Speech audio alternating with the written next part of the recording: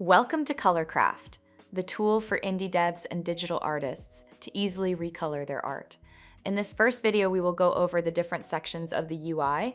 On the top, we have our classic menu bar, which contains roughly the same options as the rest of the UI.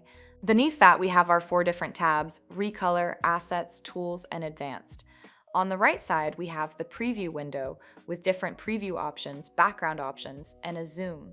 The Recolor tab has a section for organizing palettes, a swatch and mapping section, an adjustment section, and our main recolor buttons. The Assets tab contains the Files and Folders section, where you decide the input and output folders, an Export configuration section, and the Animation configuration section.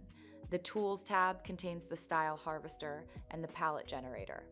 Finally, the Advanced section contains the Masking and Protection section, the Workflow section, the Accessibility settings, and the Aseprate layer section. This concludes our first video in the ColorCraft tutorial series. Hope you enjoyed it, and please feel free to like and subscribe.